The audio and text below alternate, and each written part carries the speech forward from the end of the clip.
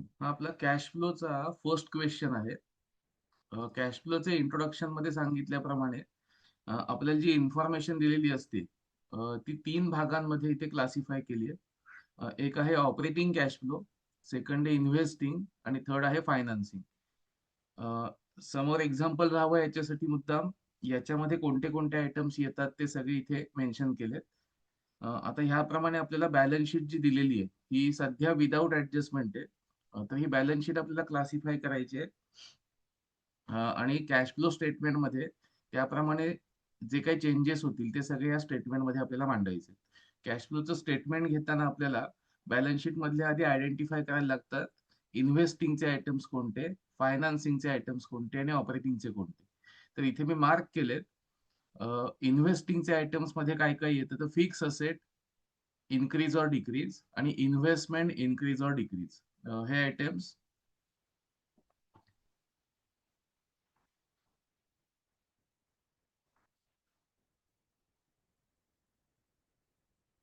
तर fix assets वाढले किंवा कमी झाले आणि तसंच इन्व्हेस्टमेंट वाढली किंवा कमी झाली तर तेवढे आयटम्स इन्व्हेस्टिंग कॅश फ्लोच्या अंडर घ्यायचे. इथे मार्क केलेले जे तीन आयटम्स आहेत लँड अँड बिल्डिंग, फर्निचर आणि इन्व्हेस्टमेंट, हे तिन्ही आयटम्स इन्व्हेस्टिंग ह्या कॅटेगरीमध्ये येतात, फिक्स असेट किंवा इन्व्हेस्टमेंट आहेत म्हणून. नंतरचं हेडिंग आहे financing cash flow. Financing cash flow म्हणजे आपण आपले जे सोर्सेस ऑफ फायनान्स येतात याच्याशी संबंधित जो कॅश फ्लो जनरेट होईल, वाढेल किंवा कमी होईल कॅश, ते सगळं फायनान्सिंग कॅश फ्लो मध्ये घ्यायचं. याच्यामध्ये काय काय येतं ते इथे एक्झाम्पल साठी दिलंय. शेअर कॅपिटल, इक्विटी किंवा प्रेफरन्स इन्क्रीज झालं किंवा डिक्रीज झालं, डिबेंचर किंवा बँक लोन वाढली किंवा कमी झाली, आणि ह्या दोन्हीशी संबंधित जर डिव्हिडंड किंवा इंटरेस्ट आपण पे केला तर ते सगळं फायनान्सिंग मध्ये येतं.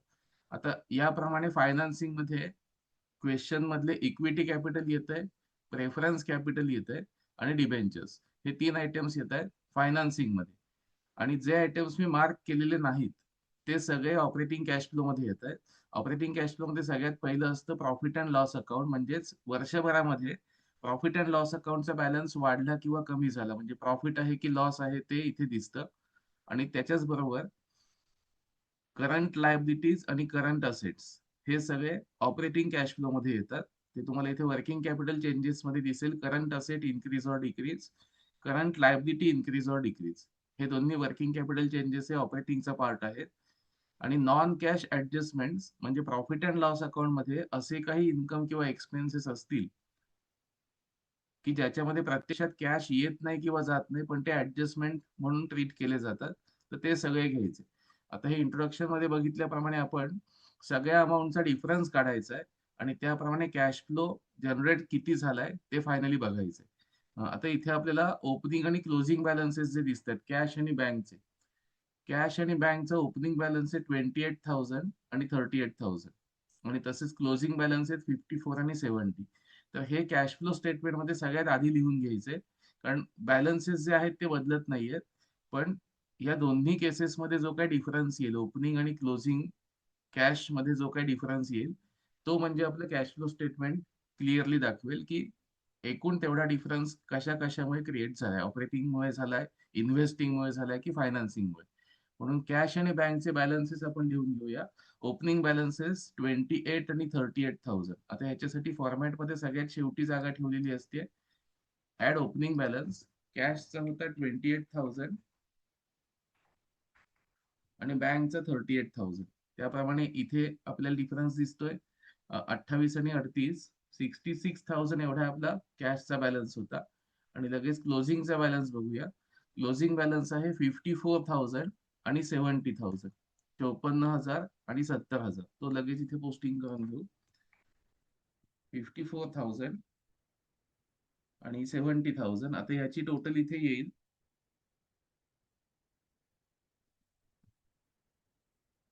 1,24,000. म्हणजे आपला ओपनिंग कॅश बॅलन्स 66,000 आहे आणि क्लोजिंग कॅश किंवा बँकचा बॅलन्स 1,24,000 आहे. या दोन्ही मध्ये जी काय वाढ झाली किंवा ते कमी झाले तो आपल्याला इथे टोटल कॅश फ्लो म्हणून दिसणार आहे. त्यामुळे अँसर काय येईल हे आपल्याला या डिफरन्स वरून आधीच माहित असतं. फक्त आपल्याला ते अँसर कोणत्या कोणत्या हेडिंगमुळे क्रिएट झालंय तेवढ्या वरच्या स्टेटमेंटमध्ये दाखवायचे. त्यामुळे कोणताही क्वेश्चन स्टार्ट करताना तुमचं पहिलं काम ओपनिंग आणि क्लोजिंग कॅश बॅलन्स आणि बँक बॅलन्स लिहून घ्यायचे. जर बँक ओव्हरड्राफ्ट असेल तर तो इथे ब्रॅकेटमध्ये घ्यायचा किंवा निगेटिव्ह घ्यायचा. ओपनिंग क्लोजिंग बॅलन्स झाल्यानंतर आपण one by one heading wise घेत जाऊया. सगळ्यात पहिले financing cash flow. Financing cash flow मध्ये शेअर कॅपिटल इन्क्रीज किंवा डिक्रीज असेल तर येतं, डिबेंचर्स इन्क्रीज किंवा डिक्रीज येतं, आणि त्याच्याशी संबंधित डिव्हिडंड किंवा इंटरेस्ट असेल तर तो येतो. आता ह्याच्यापैकी फायनान्सिंग कॅश फ्लो लायबिलिटी साईडला असतात नेहमी. तर लायबिलिटी साईड पैकी फायनान्सिंग कॅश फ्लो मध्ये बघूया. इक्विटी कॅपिटल 5 लाख आणि 6,20,000. आता 5 आणि 6,20 याच्यामध्ये जो काय डिफरन्स येईल तो आपल्याला फायनान्सिंग कॅश फ्लो मध्ये घ्यायचा आहे. आता इथे आपल्याला दिसतंय की 2024 मध्ये 5 लाखाचं कॅपिटल होतं आणि 2025 मध्ये कॅपिटल वाढून झालंय 6,20,000, 6,20,000. म्हणजे कॅपिटल वाढलंय म्हटल्यानंतर आपल्याकडे पैसे आलेत, बिझनेसमध्ये कॅश आले, म्हणजे हा इन्फ्लो म्हणून ट्रीट करायचा. कारण 5 लाखाचं कॅपिटल आता वाढून झालंय 6,20,000. मग जर आपल्याकडे कॅपिटलच्या नावाने अमाऊंट आलेलं असेल तर तो आपल्यासाठी कॅश इन्फ्लो आहे, आणि ते कॅपिटलच्या नावाने आले म्हणून ते हेडिंग असणार आहे फायनान्सिंग कॅश फ्लो. तर आपल्याला फायनान्सिंग कॅश फ्लो मध्ये घ्यायचंय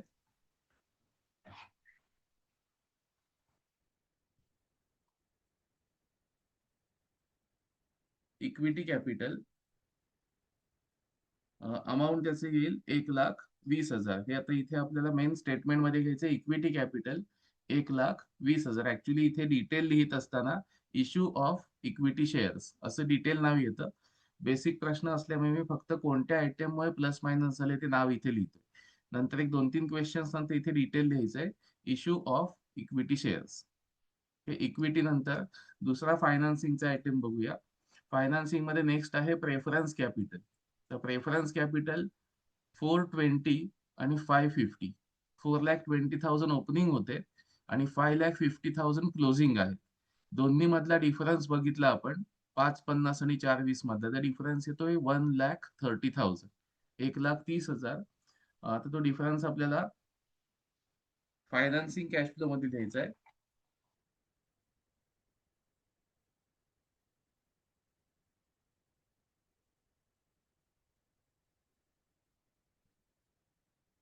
1,30,000 इथे प्रेफरन्स कॅपिटल घेतलं. फायनान्सिंग कॅश फ्लो मध्ये अजून एक आयटम आपण इथे मार्क करून ठेवलाय, डिबेंचर्स. आता हे आधी मार्क केल्याचा फायदा काय होतो की आपल्याला हेडिंग वाईज इथे शोधत बसायला लागत नाही. आधीच फक्त तुम्ही इथे मी कलर प्रमाणे मार्किंग केलंय, त्याच्याऐवजी तुम्ही ओ आय आणि एफ असं लिहिलं तरी चालेल, किंवा फक्त इन्व्हेस्टिंग आणि फायनान्सिंगचे आयटम डिफाईन करा. बाकीचे ऑटोमॅटिकली ऑपरेटिंग मध्येच येतात आणि ते जास्ती असतात. त्यामुळे तुम्ही फक्त इन्व्हेस्टिंग आणि फायनान्सिंगचे आयटम्स आहेत ते मार्किंग करून ठेवायचे. तर फायनान्सिंग मधला नेक्स्ट आयटम आहे डिबेंचर्स. 3 लाख आणि 4,20,000 याचा सुद्धा अमाऊंट वाढलाय. म्हणजे आधी आपले 3 लाखाचे डिबेंचर्स होते, आता ते वाढून झालेत 4,20,000चे. म्हणजे ऍडिशनल 1,20,000चे डिबेंचर्स आपण इश्यू केले. डिबेंचर इश्यू केल्यामुळे आपल्या कॅशवर काय इफेक्ट होईल, तर कॅश आपल्याकडे 1,20,000ने एक्स्ट्रा कॅश मिळेल. त्यामुळे यातला डिफरन्स जो आहे 1,20,000 तो फायनान्सिंगच्या मध्ये घ्यायचा आणि पॉझिटिव्ह घ्यायचा. तर फायनान्सिंग मध्ये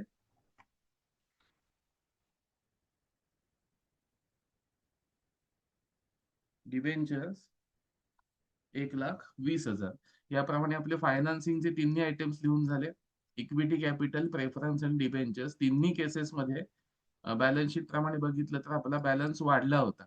इक्विटीचा पण बॅलन्स वाढलाय, प्रेफरन्सचा सुद्धा बॅलन्स वाढलाय आणि डिबेंचरचा सुद्धा. हे तिन्ही आयटम्स आपले घेऊन झाले फायनान्सिंग मध्ये. आता पुढचा पार्ट बघायचा इन्व्हेस्टिंग. इन्व्हेस्टिंग कॅश फ्लो साठी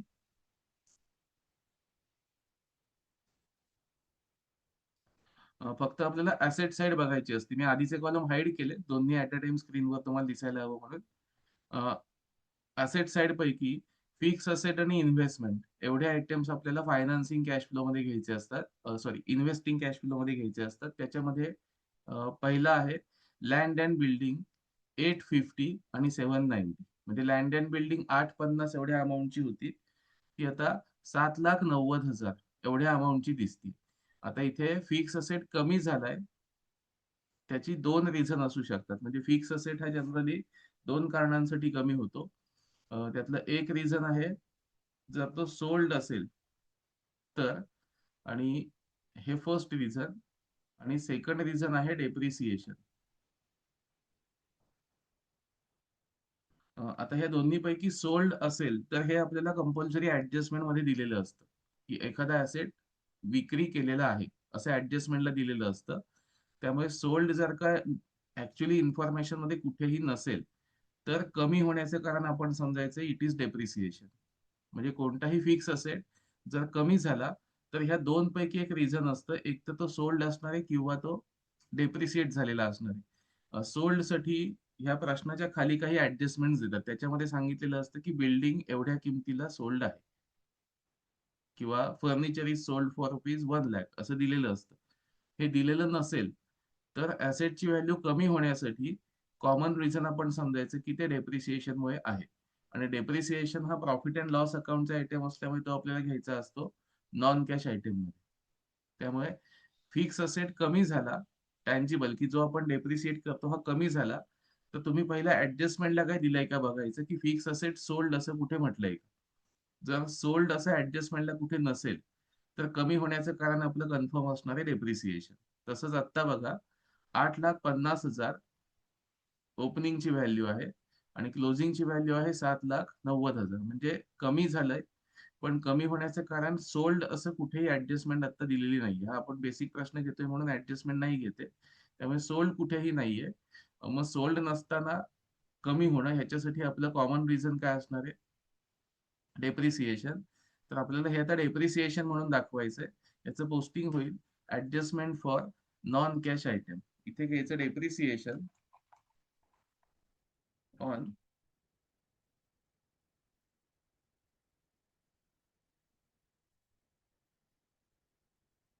लँड अँड बिल्डिंग. या दोन्हीतला डिफरन्स काढला 850 आणि 790, तर डिफरन्स इथे येतोय 60,000, 60,000चा डिफरन्स येतोय. आणि डेप्रिसिएशन म्हणून इथे लिहिताना एक आपण म्हटलं जसं की त्या लॉजिकने घ्यायचं की जर फिक्स असेट कमी झालाय पण तो सोल्ड नाहीये तर ते डेप्रिसिएशन म्हणून येणार. आता हे पुढच्या प्रश्नामध्ये तुम्हाला लक्षात येईल की ऍडजस्टमेंट मध्ये हे दिलेलं असतं, नसेल तर कमी होण्याचं रिझन हे कॉमन आपण डेप्रिसिएशन असं समजायचं. दुसरा आता इथे असेट आहे फर्निचर, 1,40,000 ओपनिंग आणि 3,00,000 क्लोजिंग. म्हणजे इथे व्हॅल्यू वाढलेली दिसते, 1,40,000 आणि 3,00,000 अशी व्हॅल्यू दिसते. आता इथे व्हॅल्यू वाढली म्हणजे डेप्रिसिएशन असायचा संबंध नाहीये. फिक्स असेट किंवा इन्व्हेस्टमेंटची व्हॅल्यू वाढली की कंपल्सरी तो परचेस असणार आहे. म्हणजे आपण फर्निचर 1,40,000चं होतं, आता ती 3,00,000 आहे, म्हणजे आपण ऍडिशनल फर्निचर परचेस केलं. आता फर्निचर परचेस याचा अर्थ आपले पैसे गेलेत. फर्निचर हा इथे हेडिंग प्रमाणे म्हटल्यावर इन्व्हेस्टिंग मध्ये येतो, त्यामुळे इन्व्हेस्टिंगच्या अंडर आपल्याला लिहायचंय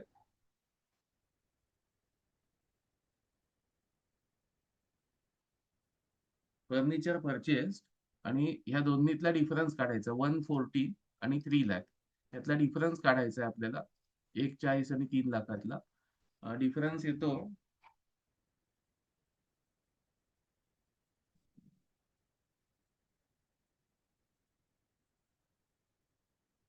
-1,60,000. तर ते मायनस घेण्याचं कारण काय, आपण ऍसेट परचेस केल्यामुळे आपल्याकडची कॅश आउटफ्लो झाली, आपल्याकडची कॅश बाहेर पडली ऍसेट परचेस केल्यामुळे. म्हणून घेताना या दोन्हीतला डिफरन्स 160 घ्यायचा आहे, पण ऍसेट विकत घेतल्यामुळे कॅश आउटफ्लो झालाय. मग कॅश गेले म्हणून इथे घेताना -160 घ्यायचे. आता इथे एक्सेल मध्ये असल्यामुळे मायनस साईन मला घ्यावं लागतंय. वहीत लिहिताना तुम्ही हे ब्रॅकेट मध्ये लिहायचं, इंटू ब्रॅकेट 1,60,000, म्हणजे तो आकडा आपल्याला निगेटिव्ह करून घ्यायचा आहे टोटल घेत असताना. तर कॅश इनफ्लो झाला की तो आकडा पॉझिटिव्ह, आणि कॅश आउटफ्लो झाला की तो आकडा निगेटिव्ह. हे कुठेही ऑपरेटिंग, इन्व्हेस्टिंग, फायनान्सिंग कोणत्याही ठिकाणी सेम घ्यायचं. त्याच्या पुढचं आहे इन्व्हेस्टमेंट. इन्व्हेस्टमेंट 220 ची होती आणि आता ती 3,40,000 ची. 2,20,000 ची आधी इन्व्हेस्टमेंट होती, आता 3,40 ची आहे. म्हणजे दोन्ही मध्ये जो डिफरन्स आहे तो डिफरन्स 1,20,000 चा येतोय. 2,20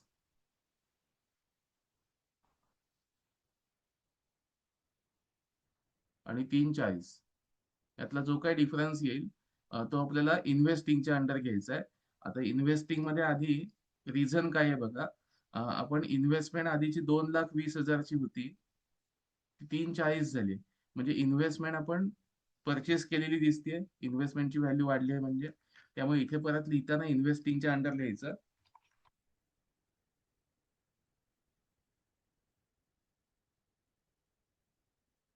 इन्व्हेस्टमेंट परचेस या दोन्हीतला डिफरन्स 220 आणि 340 मधला डिफरन्स डिफरन्स येतोय 1,20,000. आणि हा परत निगेटिव्ह लिहायचा. निगेटिव्ह म्हणजे आपल्याकडचा ऍसेट वाढलाय म्हणजे कॅश आउटफ्लो झाली. असेट वाढला म्हणजे आपण परचेस केल्यामुळे कॅश आपल्याकडची कमी झाली. त्यामुळे दोन्हीतला डिफरन्स 120 जो येईल तो इथे पॉझिटिव्ह न लिहिता निगेटिव्ह लिहायचा 1,20,000. अशा प्रकारे आपले फायनान्सिंग आणि इन्व्हेस्टिंग याचे आयटम्स झालेत. फायनान्सिंग मध्ये इक्विटी, प्रेफरन्स आणि डिबेंचर्स. इन्व्हेस्टिंग मध्ये फिक्स असेट आले होते. फक्त एक त्याला मी एक्सेप्शन सांगितलं की फिक्स असेट जर का कमी झाला असेल तर ते डेप्रिसिएशन समजायचं. सेल्स दिलं असेल तरच ते इन्व्हेस्टिंगच्या इथे सेल्स म्हणून येईल. अदरवाईज असेट कमी होण्याचं रिझन म्हणून डेप्रिसिएशन लिहायचं. आता इन्व्हेस्टिंग आणि फायनान्सिंग झाल्यानंतर आपला मुख्य पार्ट येईल operating cash flow. Operating cash flow साठी आता जे आयटम्स इथे मी मार्क केलेले नाहीत एवढेच आयटम आपल्याला ऑपरेटिंग मध्ये घ्यायचे. आणि त्याचं हेडिंग एक तर नेट प्रॉफिट असं असणार आहे. नेट प्रॉफिट इथे आपल्याला दिसतोय, net profit for the year याच्यामध्ये येईल, किंवा नॉन कॅश आयटम्स मध्ये येईल. म्हणजे प्रॉफिट अँड लॉस अकाउंटला जे आपण आयटम्स घेतो ते इथे सेकंड इफेक्ट म्हणून त्याचं काही ठिकाणी पोस्टिंग घ्यायचं असतं. आणि most important working capital changes म्हणजे करंट असेट्स किंवा करंट लायबिलिटी हे आपल्याला घेताना वर्किंग कॅपिटल चेंजेस मध्ये घ्यायचे. आता वन बाय वन बघत जाऊ. सगळ्यात पहिलं आता घ्यायचं net profit for the year. तर नेट प्रॉफिट बघा, पीएनएल अकाउंट 75 आणि 1,40,000 आहे. ओपनिंगला आपल्याकडे पीएनएल 75,000चं होतं आणि आता ते 1,40,000 झाले. म्हणजे व्हॅल्यू ह्याची वाढलेली आहे. नॉन कॅश ऍडजस्टमेंट घेण्यापूर्वी आपलं PNL account net profit for the year म्हणून इथे व्हॅल्यू घ्यायची. या दोन्हीतला जो काही डिफरन्स आहे, डिफरन्स काढून किती येतोय बघा, 75 आणि 140 म्हणजे 65,000चा डिफरन्स येतोय. आणि तो पॉझिटिव्ह आहे. पॉझिटिव्ह याचं कारण काय, आपल्याला यावर्षी प्रॉफिट झालाय. 75,000चा ओपनिंग होता, तो 1,40 क्लोजिंग आहे. म्हणजे 65,000ने नेट प्रॉफिट ऍड केल्यामुळे आपले पीएनएल अकाउंटचे 75,000 आहेत ते वाढलेत. म्हणून ह्यातला डिफरन्स जो येईल तो पीएनएल वाढलं असेल तर पॉझिटिव्ह घ्यायचा, कमी झालं असेल तर निगेटिव्ह घ्यायचा. त्याप्रमाणे मी इकडे लिहिताना PNL account net profit for the year इथे ब्रॅकेटमध्ये पीएनएल अकाउंट म्हणून लिहिलं तरी पण चालेल. आकडा घेतलाय 65,000. आता त्याच्या पुढचे आयटम्स आहेत one by one. Creditors, bills payable हे दोन्ही पण दिसत आहेत. तर क्रेडिटर्स काय झालेत बघूया. क्रेडिटर्स 110 होते ते 75,000 झालेत. म्हणजेच 1,10 एवढं आपण देणं लागत होतो आणि क्लोजिंगला आपण 75,000 एवढं देणं लागतो. आता याचा लॉजिकली विचार करा की आपण ओपनिंगला 1,10,000 रुपये पेंडिंग ठेवले होते आणि क्लोजिंगला 75,000 पेंडिंग ठेवले. म्हणजे ह्यातला जो डिफरन्स आहे एवढं पेमेंट आपण केलंय. 1,10 आणि 75 मधला डिफरन्स एवढं आपण आपल्या क्रेडिटर्सना पेमेंट केलंय. मग पेमेंट केलंय म्हटल्यानंतर हा आकडा आउटफ्लो दाखवतो, आपल्याकडची कॅश कमी झाली. तर वर्किंग कॅपिटल चेंजेस मध्ये घ्यायचं डिक्रीज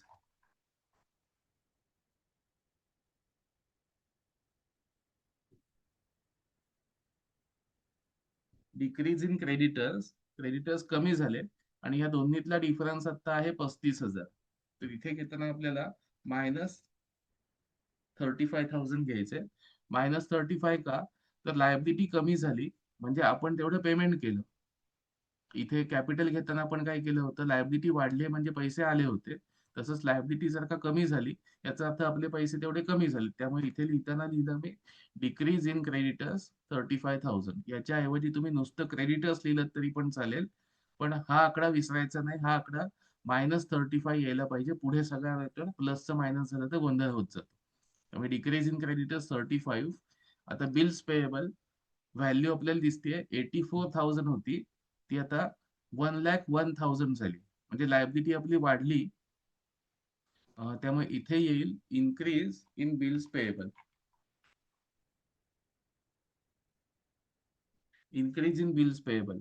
आता आधीचं हे डिक्रीज इन क्रेडिटर्सला आपण जे चिन्ह घेतलंय ते बघता इन्क्रीज इन बिल्स पेएबलचे चिन्ह तुम्हीच ठरवू शकाल.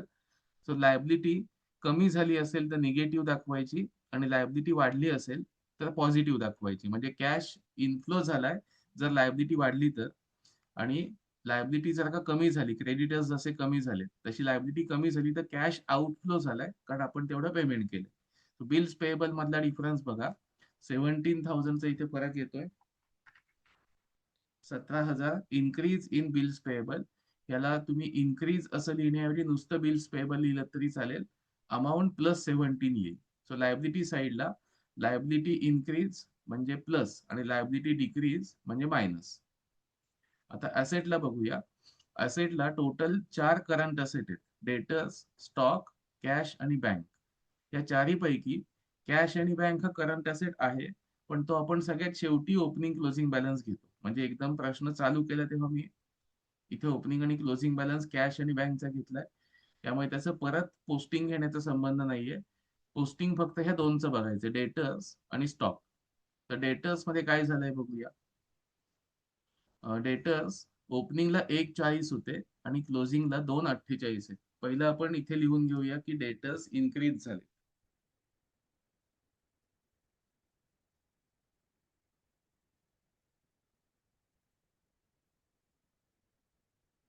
डेटर्स इन्क्रीज झाले तेवढं नक्की.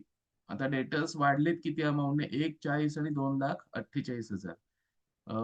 एकूण फरक आहे 1,08,000चा. एवढ्या अमाऊंटने डेटर्स वाढलेत. आता जो नियम आपण लायबिलिटीसाठी घेतो त्याच्या उलट नियम ऍसेटसाठी घ्यायचा. म्हणजेच लायबिलिटी इन्क्रीज झाली असेल तर आपण प्लस घेतो आणि डिक्रीज झाली असेल तर मायनस घेतो. ह्याच्या उलट ऍसेटला करायचं. ऍसेट जर का वाढला असेल तर तो निगेटिव्ह घ्यायचा. 140 चे 2,48,000 झालेत, म्हणजे इथे घेताना मायनस 1,08,000 घ्यायचे. आणि तसं स्टॉक, स्टॉक 1.15 होता आणि आता तो 1.34 आहे. त्यामुळे इथे परत एकदा येईल increase in stock. Increase in stock आणि फरक किती येतोय बघा, 115 आणि 134, म्हणजे 19,000चा डिफरन्स येतोय. आणि ऍसेट इन्क्रीज झालाय म्हणजे आपल्याला निगेटिव्ह घ्यायचं 19,000. त्याप्रमाणे हे 4 आकडे झाले. इथे तुम्हाला मायनस साईन जे दिसते हे वहीत तुमच्या फक्त ब्रॅकेट दिसली पाहिजे, मायनस साईन नाही दाखवायचं. आता पुन्हा एकदा हे इन्क्रीज इन स्टॉक आणि डेटा असं सांगतो. आपण एक्झाम्पल स्टॉकचं घेऊया. आपल्याकडे स्टॉक ओपनिंगला जो 1.15 होता तो वाढून 1,34,000 झालाय. म्हणजे आपल्याकडची गुड्स 1.15 वरून वाढून 1.34 झाली. मग गुड्स वाढण्यासाठी कारण काय असणार आहे की आपण ती गुड्स परचेस केली. मग स्टॉक वाढलाय, गुड्स परचेस केली म्हणजे कॅशवर इफेक्ट त्याचा काय होईल. गुड्स परचेस केली म्हणजे आपल्याकडची कॅश कमी झाली. म्हणून आपण इथे स्टॉक वाढलाय हे बरोबर आहे, पण कॅशवर इफेक्ट जो झालाय तो इथे घेतला. कारण स्टेटमेंट मुळे आपण कॅश फ्लो काढतोय. तर कॅशचा फ्लो पॉझिटिव्ह आहे की निगेटिव्ह आहे, तर इथे फ्लो निगेटिव्ह दिसतोय.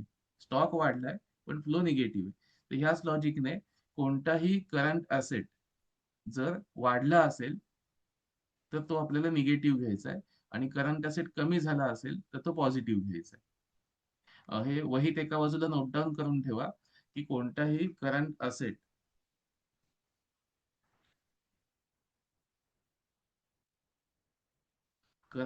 जर का वाढला असेल तर तो निगेटिव्ह लिहायचा, आणि करंट असेट जर का कमी झाला असेल तर तो लिहिताना पॉझिटिव्ह लिहायचा. आणि असंच करंट लायबिलिटी जर का वाढली असेल तर ती पॉझिटिव्ह घ्यायची, आणि करंट लायबिलिटी जर का कमी झाली असेल तर ती निगेटिव्ह घ्यायची. म्हणजे करंट लायबिलिटीला डायरेक्ट इफेक्ट करायचा, अमाऊंट वाढलं तर पॉझिटिव्ह, अमाऊंट कमी झालं तर निगेटिव्ह.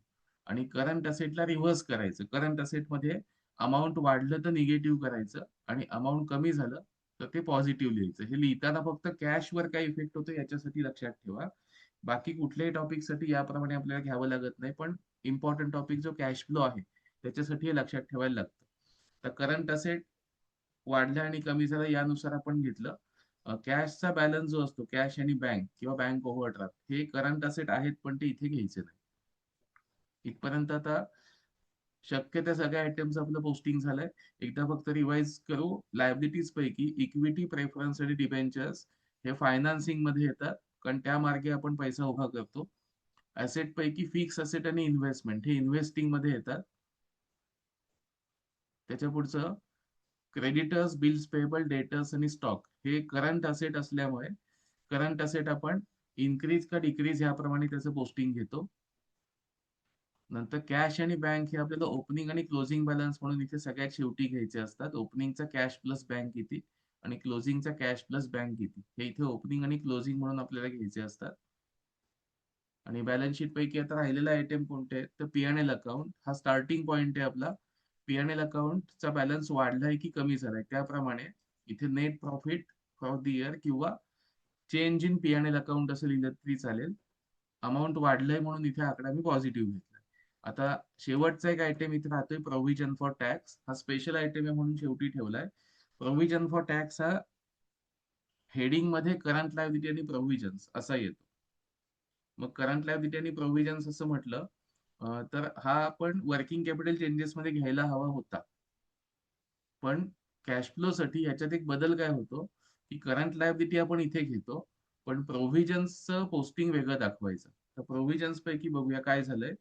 ओपनिंगला आपल्याकडे 42,000 एवढ्या अमाऊंटची प्रोव्हिजन फॉर टॅक्स होती. म्हणजे आपण टॅक्स पे करण्यासाठी एवढं अमाऊंट हे प्रोव्हाइड केलं होतं, बाजूला काढलं होतं. आता जर हे 42,000 आपण टॅक्स पे करण्यासाठी पैसे बाजूला काढले, तर गव्हर्नमेंट त्याच वर्षी आपण टॅक्स भरल्याशिवाय आपल्याला शांत बसू देणार नाही. म्हणजे हे 42,000 आपल्याला कंपल्सरी पे करायला हवेत. म्हणजे हे गव्हर्नमेंटला 42,000 एवढे पेड केल्याशिवाय आपलं टॅक्सचा कंप्लायन्स पूर्ण होणार नाहीये. त्यामुळे 42,000 जो ओपनिंगचा प्रोव्हिजन फॉर टॅक्सचा आकडा असतो, हा आपण अज्युम करायचा की तो आपण टॅक्स म्हणून पे केलेला आहे 42,000. ओके. आता जर हा टॅक्स पेड असेल तर तुम्हाला फॉर्मॅट प्रमाणे इथे दिसेल. फॉर्मॅटमध्ये टॅक्स पेड असं एक हेडिंग घेतलेलं दिसतंय. इथे आपण 42,000 घ्यायचंय. आणि 42,000 घ्यायचे याचं कारण काय, टॅक्स पेड आहे आणि तो ओपनिंगचा जो काही प्रोव्हिजनचा आकडा आपला दिसतोय, तोच आकडा आपल्याला इथे टॅक्स पेड म्हणून दाखवायचा. 42,000 टॅक्स पेड. आणि दुसरा टॅक्सचा जो क्लोजिंगचा आकडा असतो, टॅक्सचा क्लोजिंगचा आकडा म्हणजे इथे आहे आता तो 30,000. ही आपण पुढच्या वर्षीसाठी केलेली प्रोव्हिजन आहे. मग पुढच्या वर्षीसाठी केलेली प्रोव्हिजन असल्यामुळे याचं पोस्टिंग आपण नॉन कॅश आयटम्स मध्ये घ्यायचं. कारण ही प्रोव्हिजन आहे, ह्याच्यात कुठेही पैसे आले किंवा गेले नाहीये, त्याचं पेमेंट आपण पुढच्या वर्षी करू. म्हणून आत्ताच्या वर्षीची जी प्रोव्हिजन आहे 30,000 ही इथे घेताना नॉन कॅश ऍडजस्टमेंट मध्ये घ्यायची. त्यामुळे पोस्टिंग नॉन कॅश ऍडजस्टमेंट मध्ये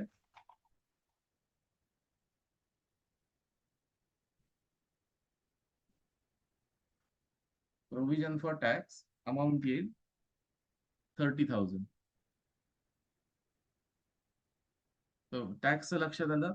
टॅक्स आपण जरी तो करंट लायबिलिटी आणि प्रोव्हिजनचा हेड खाली येत असेल तरी तो स्पेशल आयटम म्हणून ट्रीट करतो. ओपनिंगचा जो आकडा असेल तो टॅक्स पेड म्हणून घ्यायचा आणि क्लोजिंगचा जो आकडा असेल हा नॉन कॅश ऍडजस्टमेंट आणि ओपनिंगचा जो असेल तो पेड म्हणून दाखवायचा. आता हे दोन्ही प्रत्येक क्वेश्चन साठी ऍडजस्टमेंट म्हणून असतात. घाईघाईत जर ते वर्किंग कॅपिटल चेंजेस मध्ये दाखवलेत तरी सुद्धा कॅश फ्लो स्टेटमेंट टॅली होतं. कारण शेवटी कॅश फ्लो मध्ये कुठे ना कुठे ह्या दोन्हीचं प्लस मायनस येणार आहे. पण करेक्ट पोस्टिंग आहे ओपनिंगचा प्रोव्हिजन फॉर टॅक्सचा आकडा हा टॅक्स पेड म्हणून घ्यायचा आणि क्लोजिंगचा असतो तो नॉन कॅश म्हणून घ्यायचा. आता त्याप्रमाणे आपण इथे सगळी पोस्टिंग घेतली आहेत कॅश फ्लो मध्ये.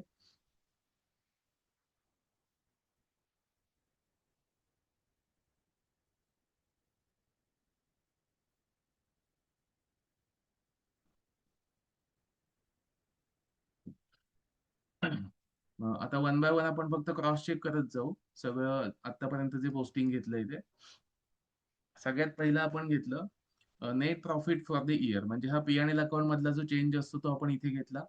नंतर adjustment for non cash item मध्ये डेप्रिसिएशन एक घेतलं होतं. फिक्स असेट कमी होण्यासाठीचं ते कारण असतं. त्यातलं एक कारण सेल्स किंवा सेकंड डेप्रिसिएशन हे मी आधी एक्सप्लेन केलं. त्यातलं डेप्रिसिएशन आपण बिल्डिंगवर घेतलंय 60,000. नंतर प्रोव्हिजन फॉर टॅक्स ओपनिंगचा जो टॅक्सचा आकडा दिसतो तो पेड म्हणून आपण इथे दाखवला, आणि क्लोजिंगचा जो आहे तो प्रोव्हिजन फॉर टॅक्स म्हणून. त्यामुळे इथे 30 आणि इथे 42 हे दोन्ही तुम्हाला आलेले दिसतील. नॉन कॅश ऍडजस्टमेंट नंतर वर्किंग कॅपिटल चेंजेस मध्ये इथे जसा नियम सांगितलाय करंट असेट्स आणि करंट लायबिलिटीसाठी तो फॉलो करायचा. ऍसेट इन्क्रीज असेल तर निगेटिव्ह, ऍसेट डिक्रीज असेल तर पॉझिटिव्ह. आणि तसंच करंट लायबिलिटीला उलट करायचं. इथे अमाऊंट वाढलं की प्लस, अमाऊंट कमी झालं की मायनस. त्यानुसार इथे करंट असेट्सनी करंट लायबिलिटीज घ्यायच्या. Tax paid 42,000. आता हा मी इथे मायनस आकडा घेतला नाहीये कारण मी इथे फॉर्म्युला दिला असल्यामुळे आकडा तुम्ही वहीत लिहिताना हा निगेटिव्ह लिहायचा 42,000. ऑपरेटिंग कॅश फ्लो झालं -32,000 ऑपरेटिंग कॅश फ्लो आला.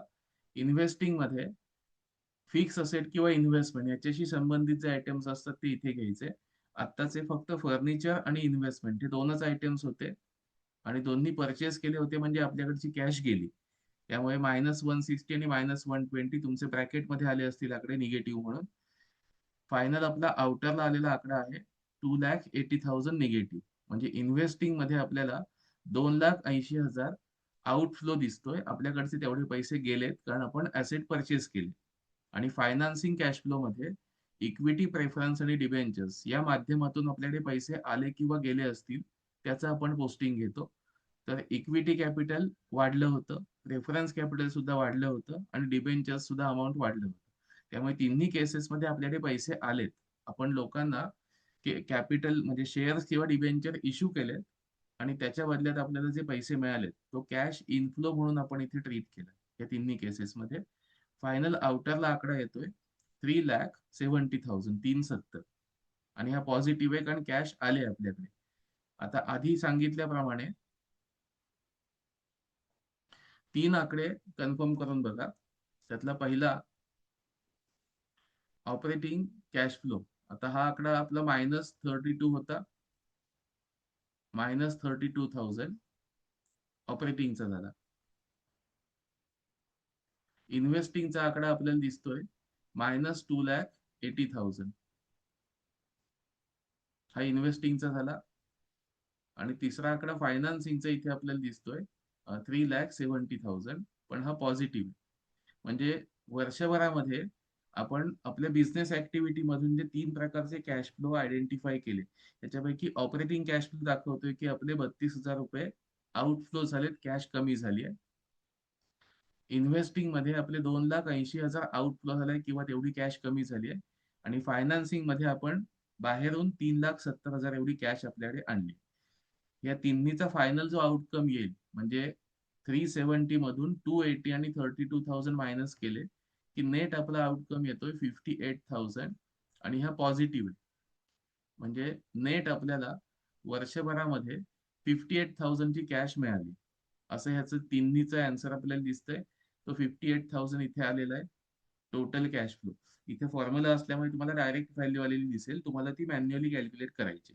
हे तिन्ही आकडे आउटरला आले त्याच्यानंतर मॅन्युअली 58,000 कॅल्क्युलेट करायचे. आणि ह्याच्यात शेवटचे जे आकडे असतात हे आपण आधीच घेतलेले. 58,000 मध्ये ओपनिंगचा जो आहे म्हणजे 58,000 हा कॅश फ्लो झाला ड्युरिंग द इयर. त्याच्यामध्ये ऍड ओपनिंग 66,000. म्हणजे वर्षभरामध्ये आपल्याकडे ओपनिंगचे 66,000 कॅश होती, त्याच्यामध्ये 58,000 एवढ्या वर्षभरातला कॅश फ्लो झाला. हे दोन्ही ऍड केले की आपला फायनल आकडा येतोय 1,24,000.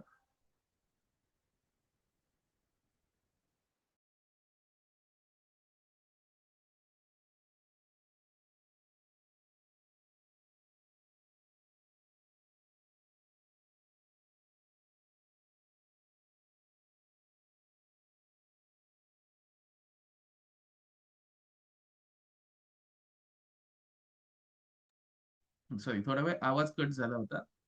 ओपनिंग कॅश फ्लो ओपनिंगची कॅश 66,000 आणि वर्षभरातला कॅश फ्लो 58,000.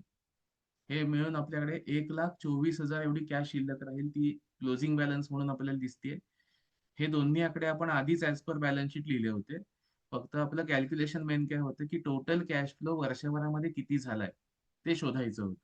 तो 58,000 आलाय आणि त्याच्यामध्ये ओपनिंग ऍड केल्यानंतर आपले 1,24 असा क्लोजिंग कॅश बॅलन्स आलेला आहे.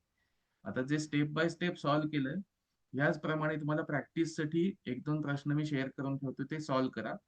आधी आयडेंटिफाय करायचं, इथे लिहिलंय तसं, ऑपरेटिंग कोणते, इन्व्हेस्टिंग कोणते आणि फायनान्सिंग कोणते. आता ह्याच्यापैकी तुम्ही फक्त इन्व्हेस्टिंग आणि फायनान्सिंग आयडेंटिफाय करा, बाकीचे राहतील ते सगळे ऑपरेटिंगचे असतील. नंतर ओपनिंग आणि क्लोजिंग कॅश बॅलन्स लिहून घ्यायचा, P&L अकाउंटचा बॅलन्स लिहून घ्यायचा आणि त्यानंतर प्लस आणि मायनस साठी जे नियम सांगितलेत ते वापरायचे. प्लस आणि मायनस साठीचे एक कॉमन नियम इथे मी फायनल सांगून ठेवतो. कोणत्याही केसेसमध्ये जर शंका वाटलीच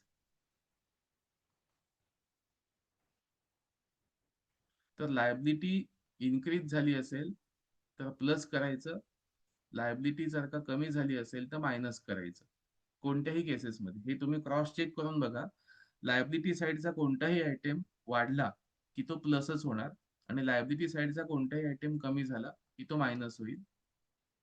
आणि ह्याच्याच उलट असेटचा कोणताही आयटेम वाढला असेल तर तो निगेटिव्ह होईल आणि असेटचा कोणताही आयटेम कमी झाला असेल तर तो पॉझिटिव्ह होईल. तर हा एक थंब रूल म्हणून लक्षात ठेवा कॅश फ्लो साठी. लायबिलिटी आणि असेट प्लस मायनस हे कसे करायचे. लायबिलिटी डायरेक्ट अमाऊंट इन्क्रीज तर प्लस, अमाऊंट डिक्रीज तर मायनस. आणि ऍसेटला उलट करायचं फक्त. अमाऊंट वाढलं असेल तर निगेटिव्ह घ्यायचा, अमाऊंट कमी झालं असेल तर पॉझिटिव्ह घ्यायचा. फक्त तुम्हाला हेडिंग ठरवायला लागतात की लायबिलिटी ही फायनान्सिंग मध्ये येते की ऑपरेटिंग मध्ये येते. आणि तसंच ऍसेटला ठरवायला लागतं, ऍसेट हा इन्व्हेस्टिंग मध्ये येतोय की ऑपरेटिंग मध्ये येतोय. ते ठरवून ही चिन्ह वापरा.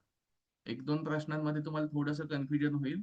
एका बाजूला हे पॉइंट लिहून ठेवा आता इथे जे सांगितलेत ते, आणि त्याप्रमाणे सावकाश प्रश्न सोडवून बघा. थँक्यू.